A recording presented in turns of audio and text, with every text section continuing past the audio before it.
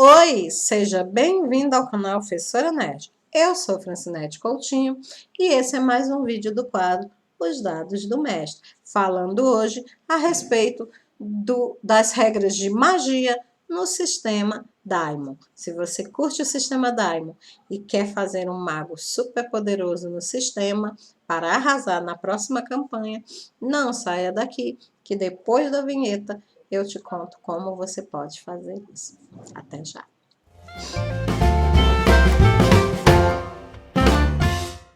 Então, pessoal, antes de eu começar a falar a respeito das regras de magia, eu preciso fazer algumas observações, como, por exemplo, o fato de que, se você não sabe o que é RPG, RPG é um jogo de interpretação de papéis. É aquele jogo onde uma pessoa fica responsável por escolher o cenário, escolher as regras, criar os desafios e intermediar os conflitos dentro da história.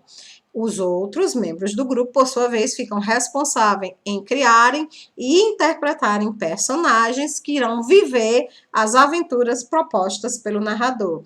Então, é um jogo bastante interessante de construção coletiva. Se você não conhece o RPG, eu deixo aqui o link, né, aqui no card, para que você possa ir até a minha playlist lá e conhecer melhor esse jogo interessantíssimo, que com certeza vai mudar, assim, a sua maneira de ver as coisas. Agora, se você já curte RPG de mesa, se já é um jogador ou um narrador experiente e está atrás de sistemas novos, sistemas de regras para utilizar nas suas campanhas, esse quadro eu fiz pensando em você.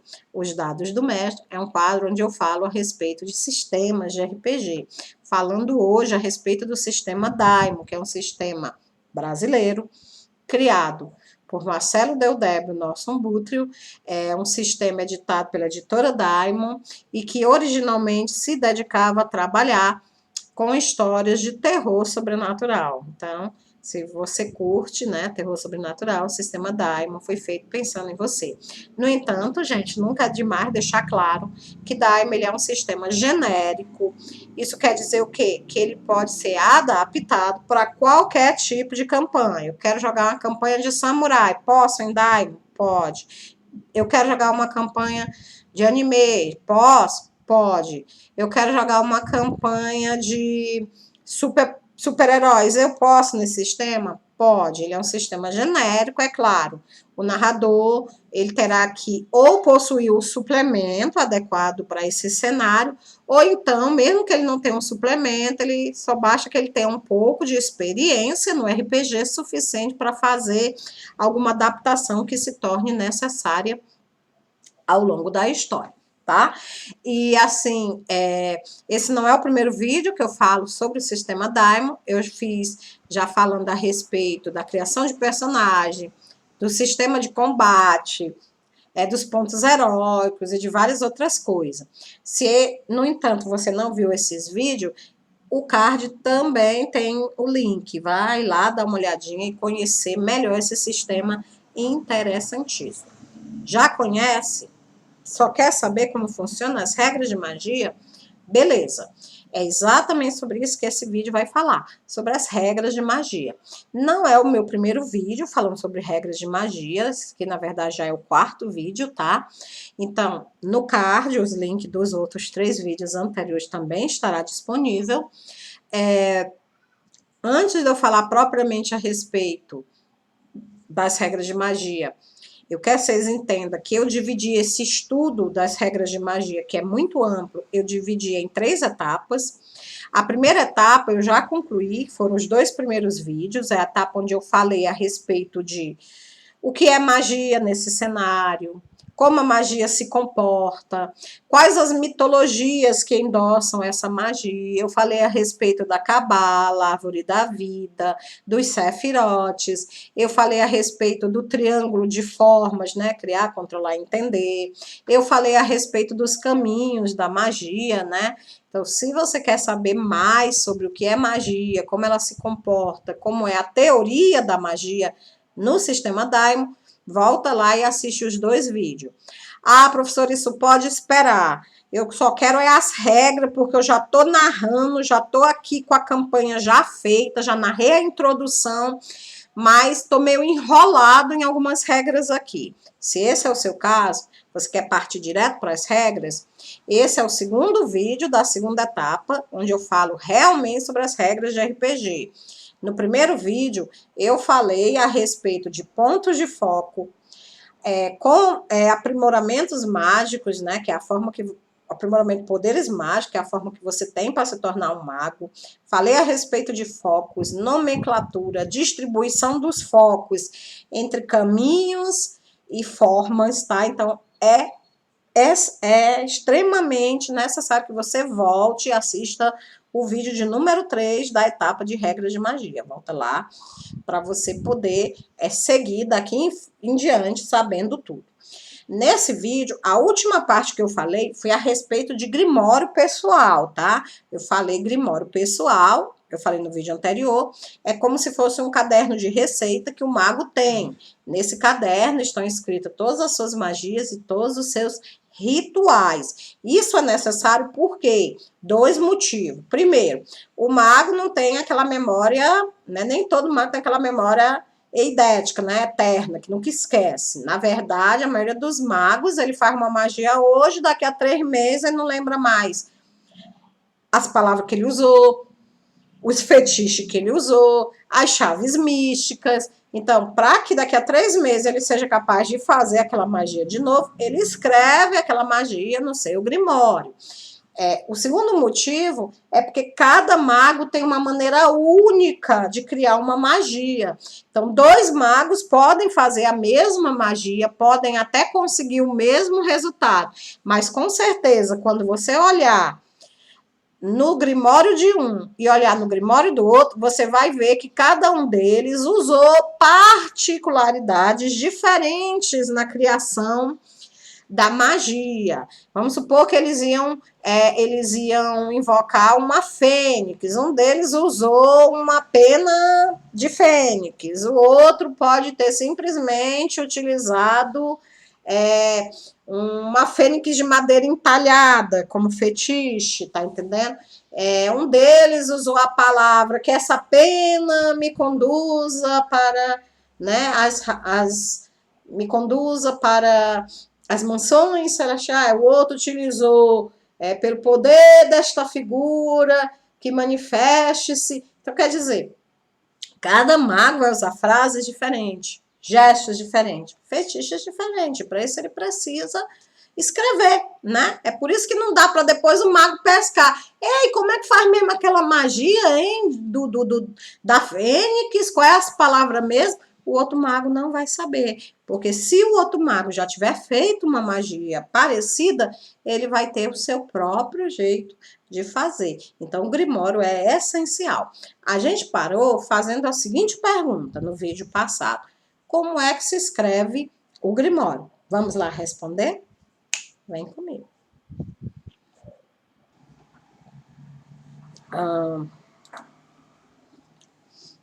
Em termos de jogo, como é que a gente escreve o grimório, né? Leva tempo, dá trabalho? Com certeza, né, gente? Em termos de jogo, a gente leva 100 horas por nível de focos para pesquisar um efeito novo. Então, se eu quero fazer uma nova magia, para cada ponto de focos que eu vou gastar no final da magia, eu vou levar 100 horas estudando, tá? 100 horas pesquisando. Então, se eu quero fazer uma magia de nível 1, 100 horas. De nível 2, 200 horas. De nível 3, 300 horas e assim sucessivamente. Esse tempo, ele já leva em conta a pesquisa dos efeitos e dos resultados, a procura dos materiais corretos, né? A criação das chaves mágicas, né? As chaves místicas, os fetiches.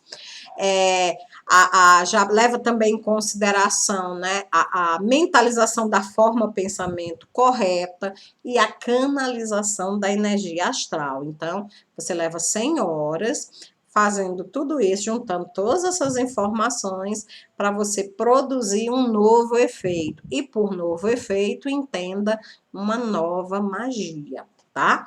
O máximo de horas que um mago consegue trabalhar sem parar em um ritual vai ser dado pela seguinte forma: pega a constituição do mago, mais a inteligência dele e soma.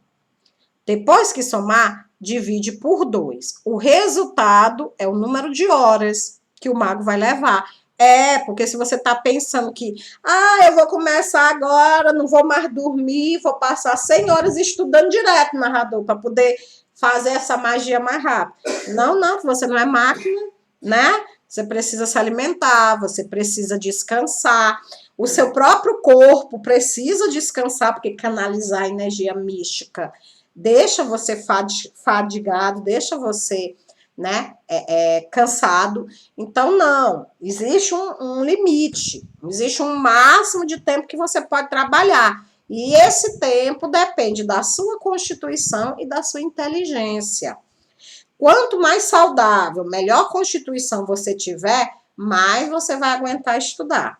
Quanto mais inteligente você for, mais você vai aguentar estudar também, né? Porque quando a gente não tem uma boa inteligência, o fato de você não estar compreendendo algo leva você a repetir aquilo várias vezes, e a repetição ela gera cansaço mental, né? Então é importante também a inteligência. Então, se você é um mago, é muito bom que você gaste bastante pontos em constituição e inteligência. Vamos pegar um exemplo prático? Vamos lá. Vamos imaginar que você tem a constituição 15 e inteligência 20, tá? Você tem constituição 15 e inteligência 20. Aí 15 mais 20, 35. Dividido por 2, vai dar 17,5, né? É isso? Isso, 17,5. Aí você arredonda, evidentemente, arredonda para mais, tá? Então, você vai ter aí o quê? 18 horas para poder trabalhar por dia. Você vai aguentar trabalhar até 18 horas por dia em um ritual. Passou das 18 horas, você para, vai ter que dormir 8 horas, vai ter que descansar, tá? Para poder recuperar, né, a sua vitalidade, a sua energia e assim poder prosseguir com o seu trabalho. Eu posso descansar menos de 8 horas? Pode, mas aí o narrador, ele pode, se ele quiser, impor, assim, alguma restrição, porque afinal de contas você não está totalmente descansado, né? Ele pode te dar um redutor, alguma coisa, pode até inclusive aumentar o tempo de horas totais para você realizar a magia, e não é vantagem para você, afinal de contas você quer reduzir o tempo de magia, tá? O mago, ele também pode interromper a pesquisa dele quando ele quiser. Então, vamos imaginar que ele estava estudando aqui, mas está acontecendo um ataque acolá. Então, ele guarda o grimório, interrompe, né? Vai lá, ajuda os amigos, destrói os inimigos e depois ele volta. Ele volta e aí ele continua de onde ele parou, tá? Ele não vai ser penalizado por isso. Ele também pode fazer 2 pesquisas ao mesmo tempo. Então, imagine que ele está criando 2 magias ao mesmo tempo.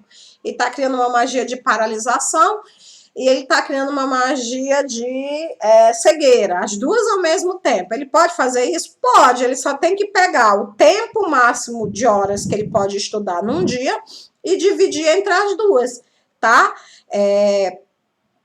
Aí, claro, evidentemente que ele vai levar mais tempo para desenvolver as 2, mas aí, se ele está fazendo essa magia mesmo só para ter e não tem um objetivo imediato, para que a pressa, né? Então, ele pode, sim, realizar dessa forma. Ele pode, inclusive, pedir ajuda a outro mago. Então, 2 ou mais magos podem pesquisar uma mesma magia ao mesmo tempo. Então, imagine que vocês estão precisando de uma magia para fazer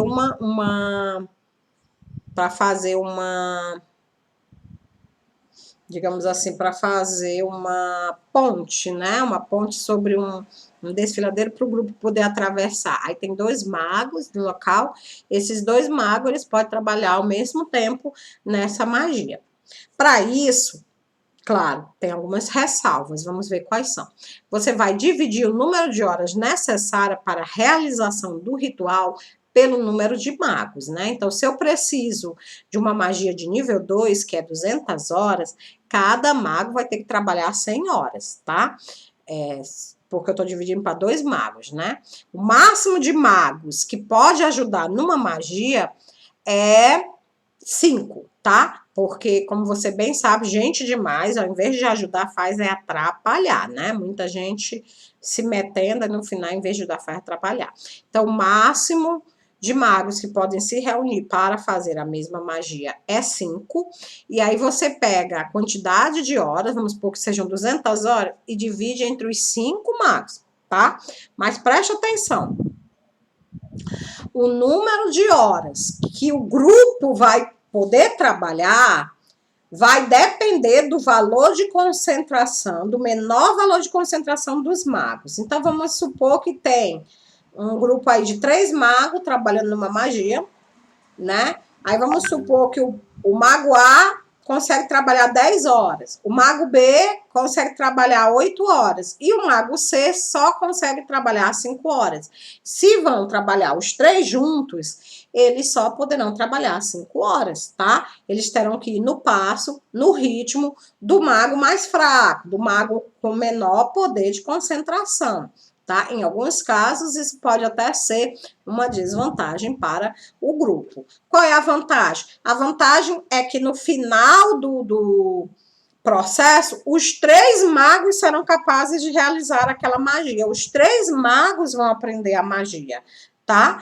E a desvantagem é porque, dependendo do nível de concentração, pode demorar até mais do que se você fizesse sozinho. Então, você tem que ver o que é melhor para o momento da história, né? Melhor que eu faça sozinho, termine mais rápido, ou é melhor que eu garanta que mais de uma pessoa seja capaz de fazer esse ritual? Se o ritual era só uma ponte para atravessar pelo outro lado, beleza. Mas se era um ritual capaz de salvar a humanidade de uma catástrofe natural, seria interessante que mais de uma pessoa fosse capaz de realizar a magia. Afinal de contas, se aquele cara morrer, o que é que vai ser da humanidade, né? Então, seria interessante mais de um mago trabalhando aí nesse ritual.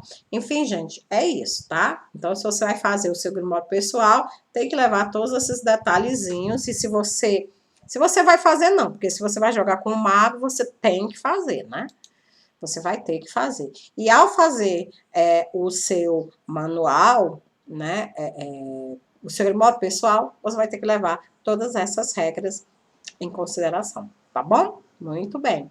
E agora, como a magia será realizada? Como é que eu realizo magia, né? Vamos lá?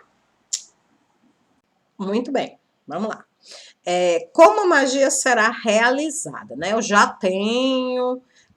já gastei meus pontos de focos, já criei o meu grimório pessoal e agora eu quero fazer magia, narrador. Vamos fazer magia, né?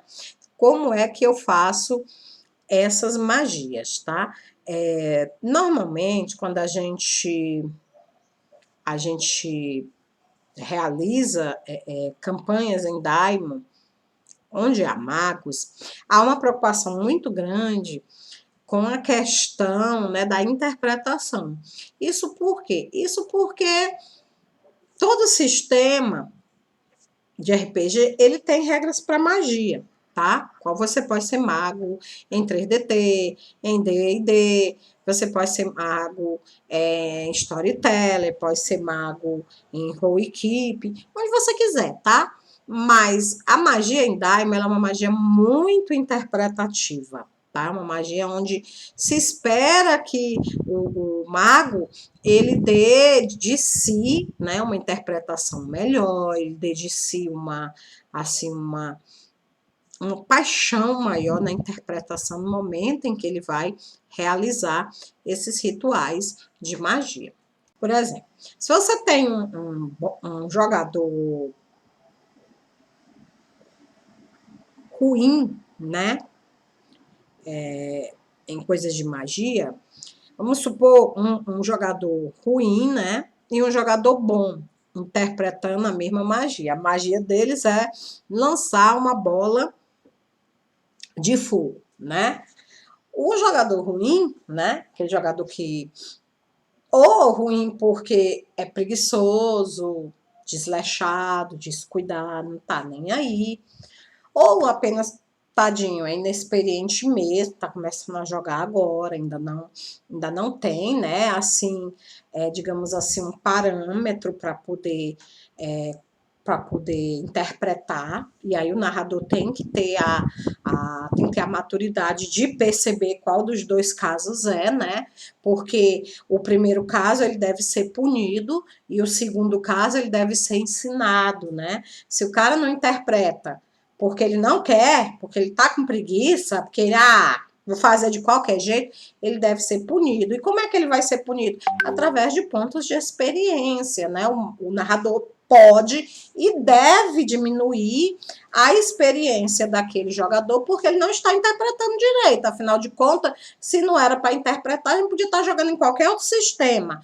Em Daimon, a interpretação da magia é algo muito rigoroso, que o narrador deve levar bastante a sério. Aliás, eu acho que o narrador deveria levar isso a sério em qualquer sistema, mas na maioria dos sistemas não é tão relevante. Você interprete ou não interprete. Mas no caso de Daimon, tira toda a beleza. Se você não interpretar, tira toda a beleza da magia. Tá certo? Se você vai fazer um mago, você tem que estar inspirado.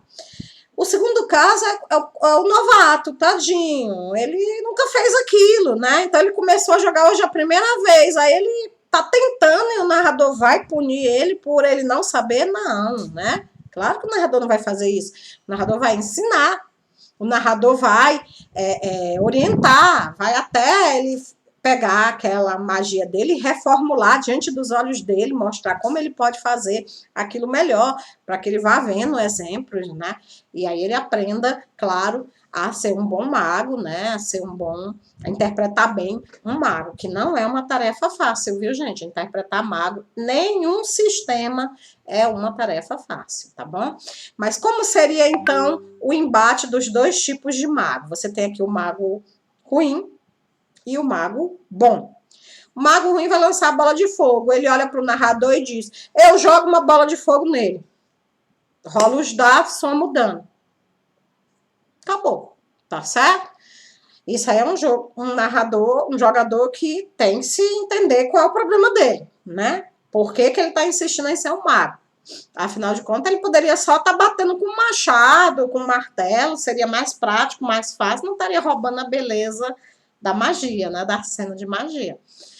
Agora, veja a diferença para o jogador inspirado, jogador bom, né? Ele diz: narrador, eu enfio a minha mão direita na minha bolsinha mística e puxo de lá de dentro um punhado de pó brilhante. Eu lanço esse pó no ar, vou movendo o pó diante dos meus olhos, fazendo com que ele incendeie, as chamas vão se unindo, formando uma imensa bola que eu arremesso contra o meu inimigo, a bola vai ofuscando, brilhando, né? Ofuscando a visão de todos ao redor. Quando chega rente com o meu alvo, ela explode, causando dano em todos os que estão na área. Olha que descrição mais bonita, mais elegante, mais diferente, né?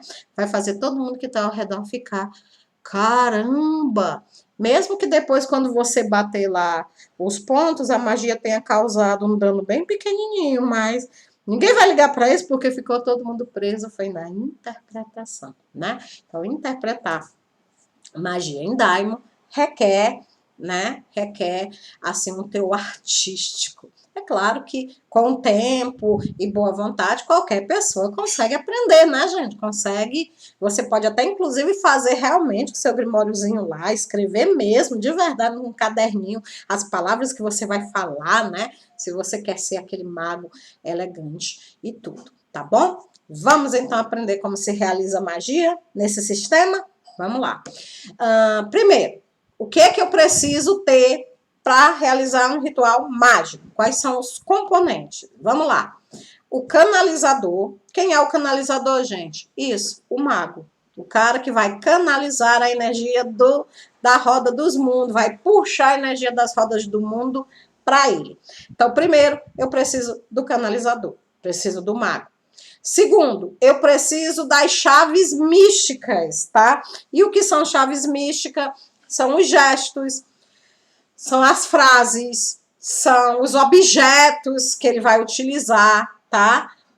Para atrair aquela energia, né? Então, canalizador, as chaves místicas e, por último, eu preciso ter, eu preciso que o mago imponha a sua vontade através da forma pensamento sobre a natureza. Ele vai puxar aquela energia e vai usar aquela energia para que aquilo que ele está pensando naquele momento se materialize diante dos olhos dele, né? Ele vai impor a força de vontade dele sobre a natureza. Para tudo isso, a gente tem 3 fases. Primeira fase, o mago se concentra e mentaliza o efeito que ele deseja fazer. Eu quero fazer surgir uma maçã. Porque eu tô com fome, quero comer uma maçã agora. Então eu paro, me concentro e mentalizo uma linda maçã vermelha, saborosa. Fico ali pensando, eu quero uma maçã, eu quero uma maçã, eu quero uma maçã. Então eu vou me concentrar. Normalmente, em termos de jogo, isso significa que o jogador ele vai perder um turno. Então ele vai ter que abrir mão de um turno, né? Onde ele poderia estar atacando, onde ele poderia estar fugindo, não. Ele vai ter que passar um turno parado, apenas concentrando, apenas mentalizando o que ele quer produzir. É por isso que é muito importante que o mago conte, né, numa hora dessa, com a proteção de um guerreiro, não mago, porque aí se estiver no meio de um combate e o cara for parar para concentrar, ele corre o risco de levar uma espada nas costas, né, ou um martelo dividindo ele ao meio, tá? Então, o primeiro passo, mentalizar o efeito, concentração. Segundo passo, utilizar as chaves místicas, né? Eu tô lá no meio da concentração, eu quero uma linda maçã vermelha. Aí eu pego, jogo uma pequena cepuzinha, aquelas sementes, pronto, vamos usar semente. Pequenas sementes de maçã no ar, né? E falo umas frases, né? Pode ser um pequeno poema, pode ser né, uma simples frase de efeito, né? Daqui brotará a fruta mais bela que eu vou provar. Pronto, aí ele joga as maçãs no ar, né? E aí vai haver uma fusão entre a realidade física onde o mago está e a realidade astral onde a maçã que ele estava pensando está. Porque no momento que ele começa a pensar sobre essa maçã, ela passa a existir em um outro plano, que é chamado de plano astral. Então, no momento que ele diz as palavras mágicas, no momento que ele faz o fetiche, ele une esses 2 planos, o físico e o astral, e ele faz com que a maçã, né, a forma pensamento da maçã, rasgue o tecido da realidade. Essa é a terceira etapa. A forma pensamento vai rasgar o tecido da realidade e se materializar no plano físico, tá? A maçã vai aparecer ali na palma da mão dele, ou flutuando no ar, tá? E aí ele vai poder comer a sua maçã. Então, primeiro passo, concentração. Gasta um turno. Segundo passo, utilização das chaves místicas. Você vai ter que utilizar os versos, né, as mantras lá, né, os fetiches que forem necessários. Gasta mais um turno para isso? Não, isso acontece no próprio turno de concentração. Ao mesmo tempo que concentra, você já vai usando as chaves místicas também, tudo num turno só, tá? E o último turno, e o último momento, desculpa, o último passo é, se você tiver os caminhos certos e o foco certo e o ponto de magia certo, aquela efeito vai acontecer, tá? Então, normalmente, você gasta um turno para realizar magia. Então, você vai fazer magia, você perde um turno. E isso normalmente faz com que algumas pessoas não queiram serem magos, porque eles vão precisar ficar dependendo de terceiros durante o tempo que eles fazem as suas magias, né? Mas vale muito a pena ser mago, gente. É divertido jogar com magos, né? Se você consegue pegar o espírito, né, da coisa, da magia, é bem interessante jogar com magos. Existem mecanismos de jogos capazes de verificar se cada uma dessas etapas foi cumprida. Vamos vê-los? Pois vamos lá. Então, para a gente verificar se a mentalização do efeito aconteceu. Bom, primeiro o jogador vai anunciar ao narrador, né? Vai anunciar ao narrador o que o mago está fazendo. Olha, narrador, eu estou invocando uma bola de fogo, certo? O ritual, ele precisa ser conhecido, né? Ou seja, precisa estar no grimório dele, ou ele já ter feito em alguma outra sessão. O personagem precisa manter a concentração durante aquela rodada. Então, aconteça o que acontecer, ele não pode sofrer nenhum ataque. Se ele sofrer um leve arranhão, não importa, tá? Ele já perdeu a concentração. Então, é imprescindível que ele não sofra nenhum ataque durante aquela rodada, para que ele possa manter a sua concentração.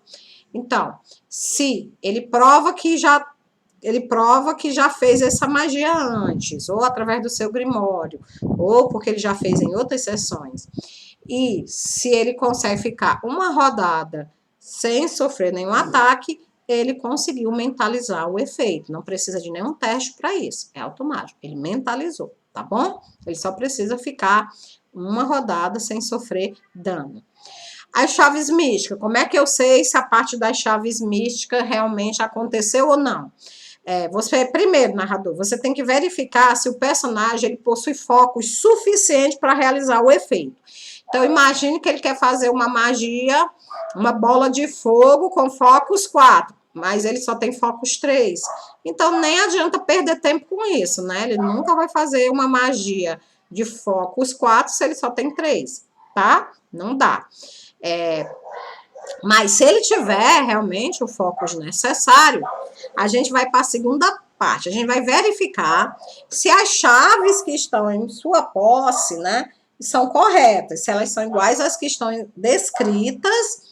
Então, vamos supor que o cara, toda vida que ele lança uma bola de fogo, ele gira o seu cajado no ar para poder fazer o fogo se acumular e ele arremessa.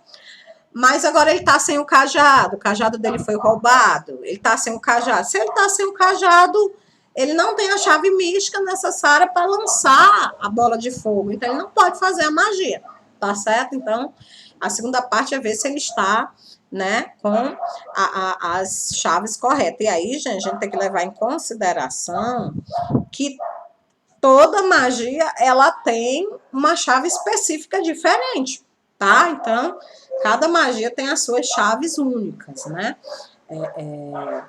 E também o jogador ele precisa falar, né, em voz alta ou através do gesto, o que ele tiver combinado com o narrador, né? Se caso o ritual exigir, né? Porque alguns rituais não exigem. Alguns rituais só exigem gesto, outros rituais só a frase, outros rituais só o objeto, né? Mas se é aquele ritual inicial, a primeira vez que ele lançou, ele fez gestos e falou frases, toda a vida que ele fizer, ele vai ter que fazer do mesmo jeito. E olha, deixa de preguiça. Quem mandou você fazer o ritual floreado demais? Ai, tô cansada de repetir sempre a mesma frase. Posso fazer nada. Cria um novo ritual, uma nova magia. Essa daí funciona desse jeito, tá bom? Não se esqueça, vai criar um novo efeito, uma nova magia, tem que respeitar as regras lá do uso do Grimório. Gente, os cachorros estão atacados. Estão vendo os cachorros? Tá atrapalhando? Gente, mil desculpas, viu? Porque tem dia que parece assim que não era para você gravar.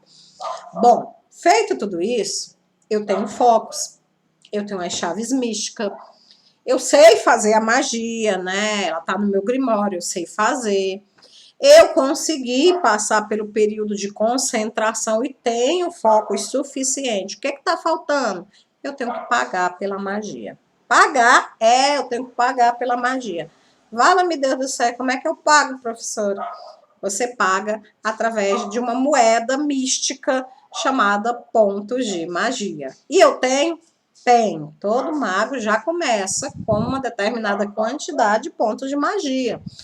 Quando você compra lá o aprimoramento Poderes Mágicos, você ganha uma quantidade de focos e ganha também uma quantidade de magia. Quanto? Depende de quanto você comprar. Se você gastar 1 ponto em Poderes Mágicos, você vai ganhar X de foco, X de pontos de magia. Se você gastar 2x de focos, 2x de magia. 3x de focos, 3x de magia. Eu realmente não me lembro os valores em número mesmo, tá, gente? Mas dá uma olhadinha lá no manual, né? Ou no Trevas, ou no Arcano, que lá vem dizendo, né? Quanto você ganha. Na parte de aprimoramento, lá em Poderes Mágicos, vem dizendo quanto você ganha. Então, vamos supor que a magia custava 2 pontos de magia. Então, no momento que eu realizo a magia, o narrador vai apagar lá da minha quantidade de pontos de magia 2 pontos, né? Se eu tinha 10, agora eu só tenho 8, tá? Então, eu vou poder fazer magia enquanto eu tiver ponto de magia. Quando eu não tiver mais pontos de magia para pagar pela magia, eu não posso mais realizar magia. Tudo bem? Beleza? Magias realizadas com foco 1 e 2, se a magia é uma magia de foco 1 ou é uma magia de foco 2, ela vai custar para mim 1 ponto de magia por ativação. Eu ativo a magia, ou seja, eu faço a magia acontecer. Eu gasto 1 ponto de magia, se ela for de foco 1 ou foco 2. Se ela for de foco 3 ou 4, eu gasto 2 pontos de magia para ativar. E se ela for 5 ou 6, eu gasto 3 pontos de magia, tá? Efeitos com 7 ou mais focos requerem 4 pontos de magia por ativação. Não é muito comum você ter um jogador que produz um efeito que custe mais do que 3 pontos de magia, até porque é difícil você ter um mago que tenha mais do que focos 6, né? Aí só se a sua campanha já vem rodando há muito tempo, ou se você quis começar uma campanha com deuses magos, né? Divindades mágicas, ou se no caso é o inimigo final, o chefão do narrador, né? Que tá com esse poder todo aí, tá? Mas os jogadores iniciais, né? Normalmente até focos 4, então que eles podem ter, né? Então, repetindo mais uma vez, magia de foco 1 ou 2, gasto 1 ponto para ativar. 3 ou 4, eu gasto 2 pontos de magia para ativar. 5 ou 6, eu gasto 3 pontos de magia para ativar. Por que eu tô falando ativar, né? É porque, gente, você pode ativar, a magia vai, realiza o efeito e ela se dissipa. Tá? Lançar a bola de fogo, a magia vai, queima todo mundo lá e se dissipa. Mas eu também posso armazenar, tá? Eu posso criar uma magia que ela tem um efeito duradouro. Então, imagine que eu vou pegar uma espada de um aliado meu e eu vou encantar aquela espada para que ela sempre ataque com fogo. Então, toda vez que o cara desembanhar a espada, a lâmina dela começa a encandecer, começa a brilhar, e aí vai dar um bônus, né? Ou simplesmente ela é de fogo, porque os nossos inimigos só morrem se forem atacados por fogo, né? Enfim, o fato é, eu vou pegar aqueles pontos de magia, o efeito vai acontecer e o efeito não vai se dissipar, ele vai permanecer na espada. Isso porque os meus pontos que eu gastei vão ficar armazenados naquela espada, tá? Então, eu vou gastar 2 pontos para ativar e mais uma quantidade de pontos para deixar armazenado, que a gente vai já dizer quanto é. Tá? Então, se o efeito é imediato, eu gasto um valor X de pontos. Se o efeito é duradouro, é permanente, eu vou gastar mais pontos. Quanto mais poderoso o efeito, mais pontos de magia eu preciso pagar, tá bom? Outra coisa, gente. A energia mística, que fica próxima, ela fica próxima ao mago, como se fosse uma bateria. O mago é como se fosse uma bateria mística. A energia tá saindo dele, tá sendo canalizada para ele. Quando ele gasta, essa energia, como eu falei, né? Ela produz o efeito e depois ela se dissipa, né? Quando a magia se dissipa, o mago fica sem aqueles pontos de magia. Ele gastou, ele fica sem. Mas ele não vai recuperar nunca? Vai sim. Ele precisa recuperar. Ele precisa reunir novamente aqueles pontos, né? E qual é o processo natural para poder recuperar pontos de magia em Daima? Preste atenção. Cada ponto de magia que você gastar vai voltar para você naturalmente após 30 minutos. Cada ponto de magia que você gastar vai voltar para você naturalmente meia hora depois que você gastou. Então, se você gastou um ponto, você leva meia hora para recuperar. Gastou 2 pontos, leva 1 hora. Gastou 4 pontos, 2 horas, e assim sucessivamente. A cada meia hora, você recupera 1 ponto de magia. Ficou claro isso aí? Beleza, tá? O efeito, né? Finalmente, a gente cria o efeito escolhido. Esse efeito, ele ocorre, evidentemente, dentro dos limites, né? Infelizmente, nem sempre é o que a gente imagina. A gente vai fazer algo fenomenal e, infelizmente, aos limites, né? Mas ele acontece dentro dos limites. Nessa etapa, as vítimas elas podem tentar contra-atacar, né? Não é porque o cara jogou uma bola de fogo em mim que eu vou ficar lá de braços cruzados esperando o fogo me causar dano. Não, eu posso contra-atacar, tá? E aí eu posso fazer isso como? Eu posso contra-atacar com outra magia, né? Joga uma outra bola de fogo contra a dele para que as duas se encontrem e uma dissipe. Ou então, se ele jogou fogo em mim, eu jogo um jato d'água nele para apagar o fogo. Quer dizer, eu posso contra-atacar usando uma outra magia, né? Eu posso criar uma barreira de água, contra-atacar com um efeito mágico. Ou se eu não for um mago, eu posso simplesmente tentar escapar de alguma forma. Lembrando que ninguém esquiva, tá, gente? 100% de magia, ninguém esquiva. Mas em algumas magias permitem que um teste de determinado atributo reduza, né, os efeitos da magia. Então, você vai sofrer o dano? Vai, porque ninguém consegue esquivar de magia. Mas vai ser menor do que se você não passasse no teste, o dano vai ser menor. Então, normalmente, usamos 3d6 rodadas como padrão, né? O mago, ele faz lá o seu efeito, né? E, normalmente, esse efeito ele pode durar até 3d6 rodadas. Se o mestre não quiser ficar rolando dados o tempo todo, ele pode fazer o efeito durar um combate ou uma cena. Não, durou só essa cena. Não, o efeito que tu fez aí de aumentar os atributos, a força do bárbaro vai durar o combate inteiro. Depende de cada narrador. Alguns narradores gostam de jogar os 3d6 e dizer, vai durar 8 turnos. E ele gosta de ficar contando os 8 turnos, fazendo aquele terror com o jogador, né? Tá acabando e agora, né? Outros não, outros são mais relax e não gostam de ficar fazendo conta, gostam de dizer, o efeito dura todo o combate, ou dura só essa cena, tá? Então, o narrador escolhe a sua maneira, o jeito que você se diverte melhor, né? Que a mesa também se diverte melhor, tá? E não existe uma maneira errada, né? Qualquer uma dessas formas está correta, tá bom? Está correta.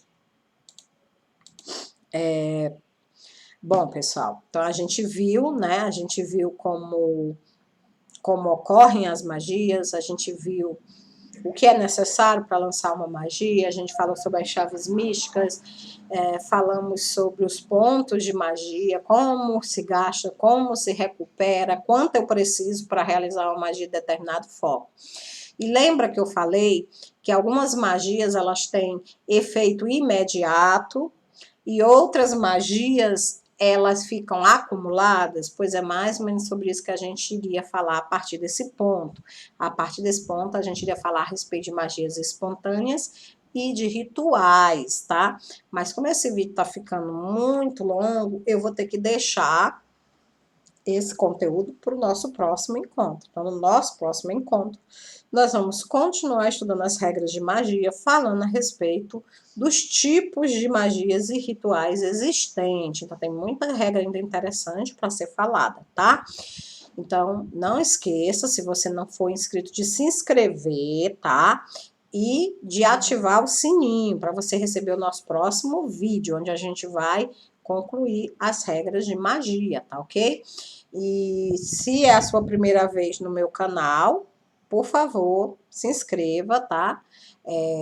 O seu apoio é o que eu tenho para poder manter esse canal funcionando. Se você gostou desse vídeo, compartilhe nas suas redes sociais, porque isso vai ajudar bastante o meu trabalho, né? E vai garantir que outras pessoas também tenham acesso a esse conteúdo. Espero ter tirado as suas dúvidas até aqui sobre regras de magia. Se dentro desses tópicos que eu falei, alguma coisa não tiver ficado clara, pergunta aí embaixo nos comentários que eu vou ter o maior prazer em esclarecer, tá? E no nosso próximo encontro, nós vamos falar a respeito dos tipos de magia. É isso aí, gente. Obrigada pela presença, obrigada por ficarem comigo aqui até o final desse vídeo. E fiquem com Deus e até o nosso próximo encontro. Tchau.